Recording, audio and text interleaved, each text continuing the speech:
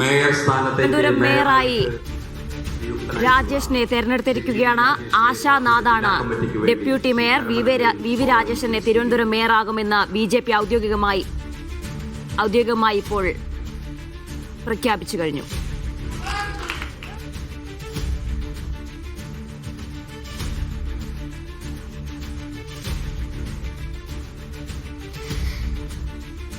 ചരിത്രത്തിൽ ആദ്യമായാണ് Thiruvananthapuram corporation ഭരണത്തിലേക്ക് BJP എത്തുന്നത്. ഇത് നയിക്കാനുള്ള നിയോഗം മുതിർന്ന നേതാവ് വി രാജേഷിന്. കൊടുങ്ങാനൂർ വാർഡിൽ നിന്ന് വിജയിച്ച വി രാജേഷിനെ മേയർ സ്ഥാനാർത്ഥിയായി BJP ഔദ്യോഗികമായി പ്രഖ്യാപിച്ചിരിക്കുകയാണ്. ആദ്യം ആർ ശ്രീലേഖയുടെ പേര് തുടക്കം മുതൽ ഉയർന്നു കേട്ടുവെങ്കിലും ഇന്ന് രാവിലെ വരെ ആർ ശ്രീലേഖയുടെ പേരാണ് ഉയർന്നതെങ്കിലും പിന്നീട് അതിലൊരു മാറ്റം ഉണ്ടാവുകയായിരുന്നു.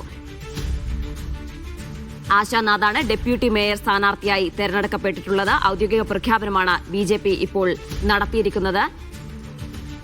ഏതായാലും മുൻ DGP ആർ ശ്രീലേഖയുടെ പേരും പരിഗണിക്കപ്പെട്ടെങ്കിലും രാഷ്ട്രീയ രംഗത്തെ പതിറ്റാണ്ടുകളുടെ പരിചയമാണ് വി രാജേഷിനെ തുണച്ചത് എന്നാണ് മനസ്സിലാക്കുന്നത്. ഒപ്പം RSS നൽകിയ പിന്തുണ, കേന്ദ്രം നൽകിയ പേര്, ഇതൊക്കെയാണ് അദ്ദേഹത്തിന് തുണച്ചത് എന്നാണ് നമ്മൾ മനസ്സിലാക്കുന്നത്. ഭൂരിഭാഗം കൌൺസിലർമാരുടെയും പിന്തുണ രാജേഷിന് ആയിരുന്നു. എന്നാൽ RB സനൂപ് കൂടുതൽ വിശദാംശങ്ങൾ നൽകാനായി ചേരുന്നുണ്ട്. സനൂപ്, ഔദ്യോഗിക പ്രഖ്യാപനം ഉണ്ടായിരിക്കുകയാണ്. ആശാനാഥാണ് ഡെപ്യൂട്ടി മേയർ സ്ഥാനാർത്ഥി. വിശദാംശങ്ങൾ.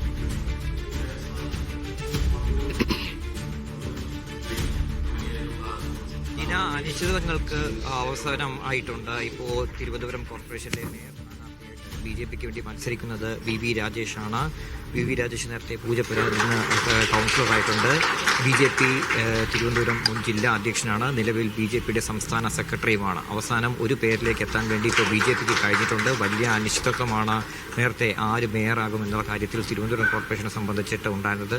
2 ആഴ്ചയായിട്ടും BJPക്ക് ഒറ്റ പേരിലേക്ക് എത്താൻ കഴിഞ്ഞില്ല. ഇന്ന് സംസ്ഥാന അധ്യക്ഷൻ രാജീവ് ചന്ദ്രശേഖർ ദേശീയ നേതൃത്വമായിട്ടുള്ള ചർച്ചയ്ക്ക് ശേഷമാണ് ഒരു പേരിലേക്ക് എത്തിപ്പെട്ടത്. 2 പേരാണ് കൊടുത്തിരുന്നത്. വി രാജേഷും മുൻ DGP ആർ ശ്രീലേഖയുടെ പേരും.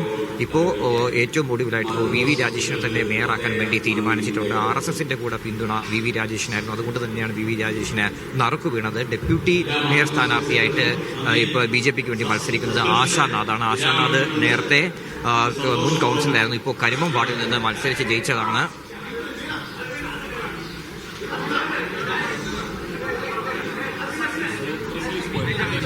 എല്ലാവർക്കും പരിപാടിയുള്ളതാണ് കൗൺസിലേഴ്സിനൊക്കെ. അപ്പോൾ മീറ്റിംഗ് കഴിഞ്ഞിട്ട് പറയാം.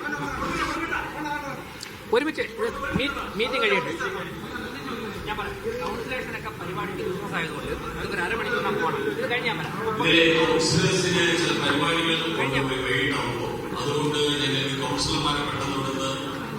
വി രാജേഷിന്റെ പ്രതികരണം ഇപ്പോഴില്ല. അല്പസമയത്തിനകം മീറ്റിംഗിന് ശേഷം, യോഗത്തിന് ശേഷം പ്രതികരിക്കാമെന്നാണ് അദ്ദേഹം പറഞ്ഞത്. ഏതായാലും വി രാജേഷിനെ തിരുവനന്തപുരം മേയർ സ്ഥാനാർത്ഥിയായി BJP പ്രഖ്യാപിച്ചിരിക്കുകയാണ്.